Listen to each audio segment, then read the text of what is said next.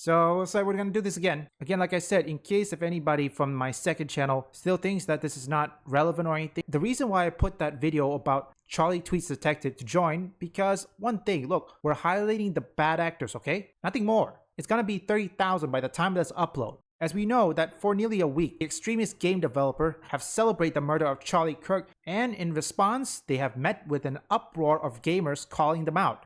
There are some that lose their jobs, some flown under the radar, and others have flown under the radar. Now the Steam curator is now seeking to spotlight or give the spotlight to game studios whose devs celebrated the death of Charlie Kirk. Now we all know the gamers' reaction, like Drew Harrison here. Let me show you this one. Also, you ask yourself this: if this is just a dialogue that nobody cares, then why was it removed? I think you already seen the video. The curator himself said he was inspired by this one, DEIDetected. That's got nearly 500k.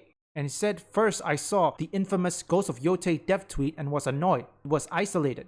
Then I saw a particular caller's tweet from a game called Caravan Sandwich. This wasn't just a rogue dev. This was the game's official Twitter page. The tweet read, "What a week. Our game come out and a fascist just got 360 no scope. And it sent him over the edge." This is one thing he talked about. It says, "I want to say it's not an woke or anti-woke curator. Think what you want about political topics. I have my belief and yes, they are close to Kirk's. That being said, I don't care if a developer is a Republican or a Democrat. You celebrate his death or call him or anyone else, frankly, a Nazi. Oh yeah, I recommend your game. Ironically, I highly doubt a commie would ever say that, but balls in your court to prove me wrong." He didn't want to harass the developers as a consequence, okay? This creator aims to de-radicalize the industry. He read the terms from left, I'm so sorry folks. He read the terms from the left some years ago, calling stochastic terrorism. It's basically a language someone used to help someone else justify violence against you.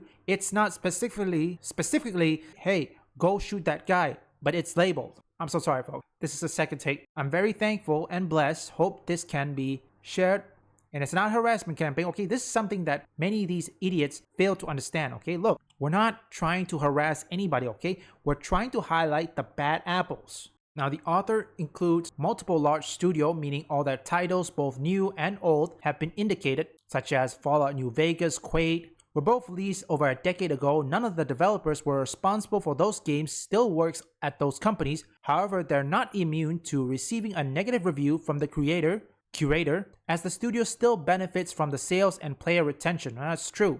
In a now deleted tweet, Bethesda Twitter account posted a screenshot from Indiana Jones implying they don't care that a fascist is gone. A week out from the September 10th is thinly a veiled reference to Kirk. There's another one, Night Dive Studio head, "When Trump was pew-pewed, that supporter deserve it too." This rhetoric is what I'm trying to put an end to. If you celebrate it or repost a celebration, then you get a non-recommended. If they misrepresented the facts, but otherwise didn't share or victim blame, then they get an informational. If the company fires the individual, I will call that out, but I will not remove the entry until the company apologizes on their behalf. Microsoft almost did this, but they didn't specify what division, so I do not. If they meant the Blizzard employees or not, they were vague. Certain games, however, will have no such hope. If the developers publicly disrespected or made fun of the late commentator, then any negative reviews from the CharlieTweetsDetected on their games to remain permanent. The next problem is Battlefield 6. Because Battlefield 6, the one problem is the hardcore Battlefield fans, okay? The Battlefield fans is going to buy it either way. And right now, the Battlefield fans is fighting another enemy,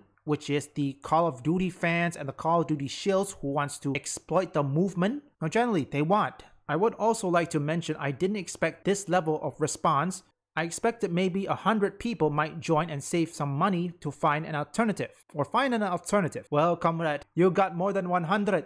Cabruta still thinks he required like what, 1,000 so? Then came to find out he got what, 500, or in this case less than 500k? As also a part of his goal, he wanted to dedicate on leaving positive review, encouraging players to support the developers, defended Charlie Kirk's death, or in this case, disavowed political violence. Now the studio must intervene. So long as companies are implementing policies to prevent failures such as Concord, they should consider cracking down on employees who could ruin other projects with pro-violence rhetoric. Political polarization has more than spilled into the gaming scene in incumbent upon studios to address this in a way that will put the minds of the consumer at ease. Well, there are a few things that can. Remember, we're only highlighting the bad apples, okay? Like this one, Battlefield 6, which this is gonna be a problem because hardcore Battlefield fans, they're gonna buy it either way. Because the hardcore Battlefield fan also had to face with Call of Duty fans and the Call of Duty streamers who want to exploit the Battlefield movement. No, generally, they do.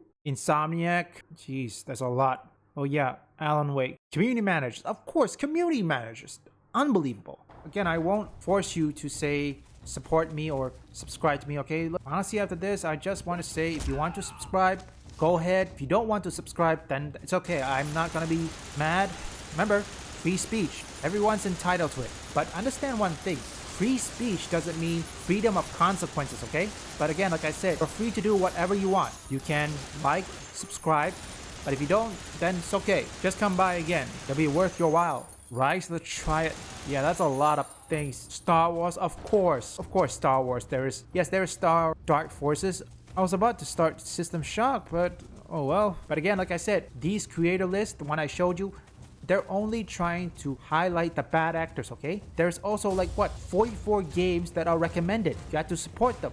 And there's 101 games that are not recommended because they celebrate the death of Charlie Kirk. You can buy those games, but understand one thing. Celebrating or mocking the death of someone such as Charlie Kirk is unacceptable, okay? It cannot be tolerated.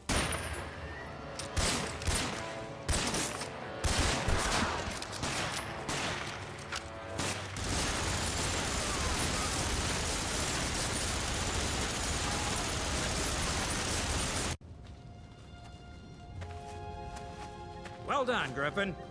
Now we got this airfield secured, we can get a foothold on this island and start pushing the Japanese back. We're through retreating, lad. America's back in this war. The Marines, aided by U.S. soldiers and local inhabitants, were finally victorious. Later in the war, the Marines and their unique battle tactics would prove invaluable.